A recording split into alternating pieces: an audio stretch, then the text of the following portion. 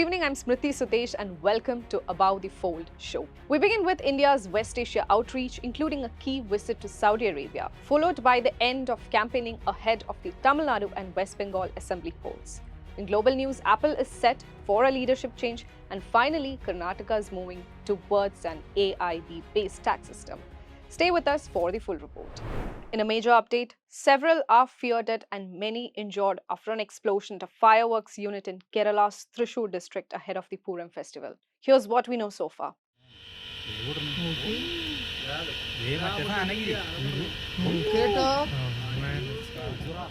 At least 13 people have been killed in a devastating explosion at a fireworks manufacturing unit in Kerala's Thrissur district, ahead of the annual Thrissur Pooram festival. Unconfirmed reports suggest around 40 people may have been inside the unit. The incident comes just days after a similar blast in Viruddhanagar that killed at least 25 people, raising fresh concerns over safety at fireworks units. The blast occurred on Tuesday afternoon at Mundatikode, where fireworks were being prepared for the Tiruvambadi faction of the Pooram, including materials for the sample fireworks scheduled later this week. Officials said the explosion triggered a massive fire, engulfing multiple sheds at the unit. Of the 8 structures at the site, at least 5 were destroyed, with 3 of them housing large quantities of explosive materials. The impact was so intense that debris was flung across nearby fields. The deafening blast, heard kilometers away, initially caused panic among residents, many of whom mistook it for an earthquake. Thick plumes of smoke quickly enveloped the area, while fire spread to nearby trees. The unit was licensed to Satish, who is among those reported to have been seriously injured. According to the Thrissur Government Medical College sources, 5 of the injured are in critical condition. One victim has suffered over 90% burns, while 4 others have sustained around 70% burn injuries. Several others are undergoing treatment at various hospitals. Rescue operations have been extremely challenging due to continuous explosions and the presence of unexploded fireworks materials. A secondary blast during rescue efforts forced teams to scale back and proceed with heightened caution. Fire and rescue services personnel faced difficulty accessing the site due to narrow approach roads and had to breach a compound wall to reach the affected area. Given the risk, State Fire Force Chief Nitin Agarwal said drones have also been deployed, with police assistance to assess the scale of destruction and locate victims, as firefighters are unable to move close to the epicenter of the blast. A magisterial inquiry has been ordered to determine the cause of the explosion, while the state government has directed that specialized medical care be provided to the injured. National Security Advisor Ajit Doval made a surprise visit to Saudi Arabia on the directions of Prime Minister Narendra Modi. What is the purpose of this visit? To give us more insights, we are joined by our Diplomatic Affairs editor, Suhasini Haidar. National Security Advisor Ajit Doval's one-day visit to Riyadh on Sunday is generating a lot of interest, perhaps because of the timing. Remember, the visit had not been outlooked in advance, but it was announced as he left Riyadh with a statement on his talks with his counterpart, but also meetings with Foreign Minister Faisal bin Farhan and Energy Minister Abdulaziz bin Salman, both royal family members and senior ministers.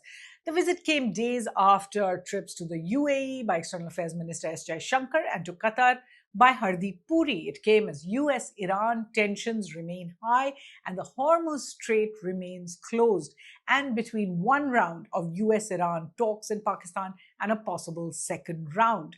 When asked, the MEA spokesperson said the visit had come as a result of Prime Minister Modi's directions, setting off speculation that the visit by the NSA was about more than just bilateral security ties. Was it about energy, as Saudi Arabia remains, other than Russia, India's biggest single source of oil, and India wanted to shore those up? Was it about Saudi Arabia watching India's ties with the UAE and Israel very closely and a visit meant to allay apprehensions in Riyadh? Or was it about India's concerns over Saudi-Pakistan ties getting much closer, especially 1 year after Prime Minister Modi visited Riyadh, the Pahalgam attacks, and then Operation Sindoor? What we've seen is Saudi and Pakistan have signed a number of agreements in September. They signed a mutual defense pact. In the past few weeks, Riyadh has helped Islamabad with a $3 billion loan to help it repay the United Arab Emirates in full and to tide over its economic crises. And Riyadh is helping Islamabad, along with the countries of Egypt and Turkey, in the mediation efforts between US and Iran, and New Delhi possibly wants to be read into the conversations. In other news, campaigning has come to a close for the upcoming assembly elections in Tamil Nadu and West Bengal. The silence period is now in force. The Election Commission of India has put in place its framework, and the campaign saw sharp political statements and accusations from all sides. Let's go to our election roundup for the latest updates. Campaigning in Tamil Nadu and West Bengal has officially ended. The Election Commission has also enforced a 48-hour dry day in both states, restricting liquor sales to prevent any influence on voters. Chief Election Commissioner Ganesh Kumar has said voting will be conducted in a free and transparent manner with all safeguards in place. In Tamil Nadu, the final day of campaigning saw sharp political exchanges and last-minute action. Chief Minister M.K. Stalin targeted the centre over the proposed delimitation exercise, calling it anti-Tamil Nadu and a threat to the state's growth model. போன வாரம் ஒன்றிய அரசு delimitation ஒரு மசோதா கொண்டு வந்தாங்க. மக்கள் தொகையை கட்டுப்படுத்தி தொழில் வளர்ச்சியில பெஸ்ட் பெர்ஃபார்மிங் ஸ்டேட்டா இருக்கிற நம்மளை தண்டிக்கிறதுக்காகவே அந்த மசோதாவை கொண்டு வந்த மாதிரி இருந்துச்சு. ஆனா அந்த மசோதா வந்து அடுத்த நொடி முதல் எதிர்ப்பும் மசோதாவோட நகல் எரிப்பும் நம்ம தமிழ் மண்ணில் என் மூலமா ஆரம்பிச்சது. இவ்வளவு ஆணவத்தோட நம்மளை வஞ்சிக்க நினைக்கிறாங்கன்னா இந்த தேர்தலில் அவங்க அடிவருடி எடப்பாடி பழனிசாமி ஜெயிச்சு ஆட்சிக்கு வந்துட்டா என்னென்ன கொடுமைகள்லாம் இங்க அரங்கேறும்னு நான் சொல்லி உங்களுக்கு தெரிய வேண்டிய அவசியம் இல்லை. எந்த பிரச்சனை வந்தாலும் தமிழ்நாட்டையும் தமிழர்களையும் பாதுகாத்து நிற்பேன். இது என்னுடைய உறுதிமொழி. On the other side, TVK leader Vijay accused the DMK of raising taxes while improving its own standard of living. In a sharper attack, he also took aim at AIB-based leader Edappadi K. Palaniswamy. பொய்யாய் சொல்லி மக்களை ஏமாத்திக்கிட்டு அவரோட லைஃபை மட்டும் நல்லா உயர்த்திக்கிட்டாரு.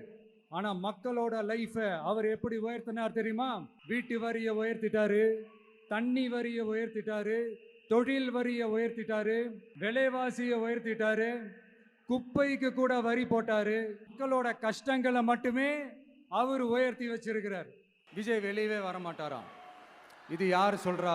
10 தடவை தோத்து போனாரு ஐயா அனுபவசாலி அவர்களே. இந்த சேலத்துக்கு பக்கத்துல இருக்கிற அந்த தொகுதியில மட்டுமே போய் பதுங்கிக்காம தமிழ்நாட்டுல வேற ஏதாவது ஒரு தொகுதியில நின்னு உங்களால ஜெயிச்சு காட்ட முடியுமா? Meanwhile, AIB leader Edappadi K. Palaniswamy released a video highlighting welfare schemes implemented during his tenure, calling for a change in government. அம்மாவின் ஆட்சியில்தான் ஆரம்ப கல்வியில் பல்வேறு கட்டமைப்புகளை உருவாக்கினார். கொரோனா காலத்தில் பள்ளி மாணவர்களுக்கு ஆல் பாஸ் போட்டோம். கல்லூரி மாணவர்களுக்கு ஆன்லைன்ல வகுப்பு, ஆன்லைன்ல எக்ஸாம் நடத்தினோம். தற்போதைய திராவிட முன்னேற்ற கழக ஆட்சியில் கடந்த 5 ஆண்டுகளில் பள்ளிக்கல்வித்துறை சீரழிந்து விட்டது. மாணவர்களிடையே போதைப்பொருள் கலாச்சாரம் ஊடுருவி அவர்களின் எதிர்காலம் பாதிக்கப்படும் நிலை உருவாகியுள்ளது. இந்த நேரத்தில் படித்த இளைஞர்களாகிய நீங்கள் 2 கட்சிகளிலும் சீர்தூக்கி பார்த்து உங்களின் எதிர்காலத்தை சிந்தித்து வாக்களிக்க வேண்டும். In West Bengal, Chief Minister Mamata Banerjee asserted that the Trinamool Congress will return to power for the 4th consecutive term, claiming that no one wants the BJP to form the government in the state. She also took a swipe at Prime Minister Narendra Modi over his campaign stop in Jalgram, where he bought jalmuri, a popular Bengali street food. Banerjee termed it drama, questioning the presence of cameras during an unscheduled stop and alleging the movement was staged, pointing to the Prime Minister carrying a 10-rupee note. On the other hand, Union Home Minister Amit Shah said the elections are an opportunity to make West Bengal free of infiltrators. He pledged to resolve the long-pending Gorkha issue within 6 months if the BJP comes to power. ये चुनाव पूरे बंगाल को घुसपैठियों से मुक्त बनाने का चुनाव है. घुसपैठियों से मुक्त. कुल्टी वालों मुझे बताओ, बंगाल से घुसपैठिए को निकालना चाहिए या नहीं निकालना चाहिए? ये दीदी कहती है घुसपैठिए को बचा कर रहो. Meanwhile, concerns over candidates' backgrounds have emerged. A report by the Association for Democratic Reforms and West Bengal Election Watch found that around 23% of candidates have declared criminal cases. In the first phase alone, 1 in 5 candidates have declared serious criminal cases. The BJP has the highest share, with 63% of its candidates facing serious cases compared to the 32% for the Trinamool Congress. Another key finding is that about 22% of the candidates are crorpatis. The Election Commission has assured strict monitoring. Polling in West Bengal will be held in two phases on April 23rd and April 29, with counting scheduled for May 4. Meanwhile, in global news, Apple Inc. has entered a new phase, with Tim Cook stepping down as CEO and longtime hardware chief John Ternus taking over, marking a significant leadership shift at the tech giant. Here's a closer look at the man now at the helm. The transition at Apple Inc. marks the end of an era under Tim Cook and the beginning of a new one led by John Ternus, a leader shaped almost entirely within the company.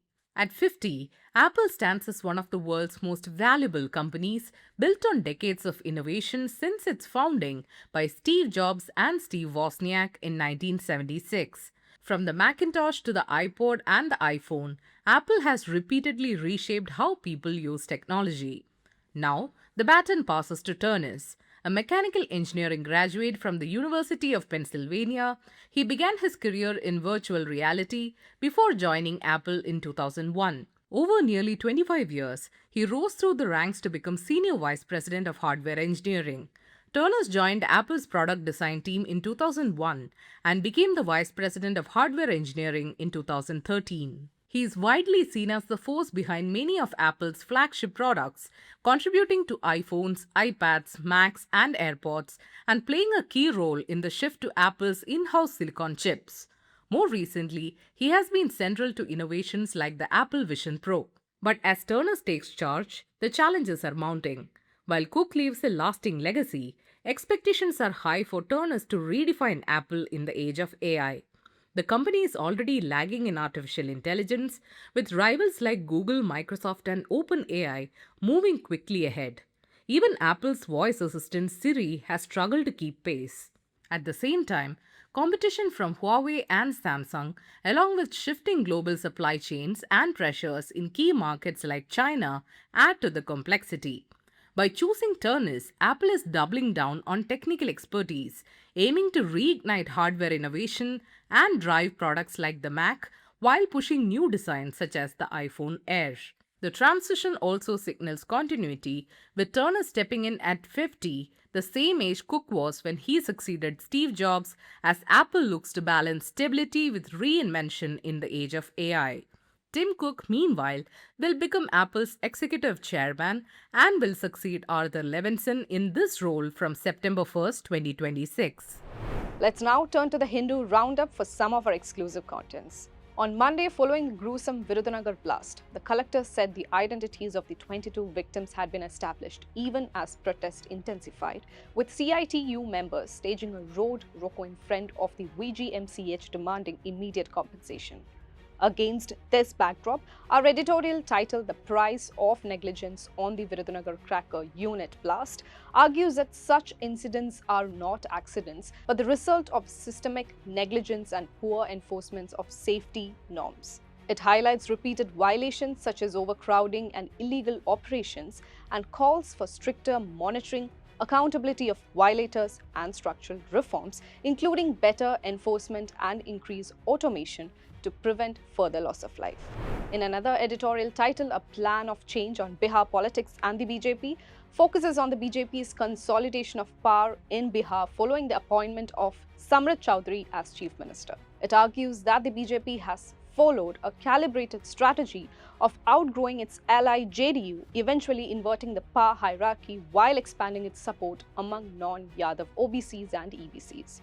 The editorial calls for Chowdhury to swiftly establish his leadership, gain the confidence of both party workers and the public, and prioritize governance by addressing gaps in education and health while ensuring inclusive development. Tap the card above to watch the full video on our YouTube channel, The Hindu Originals.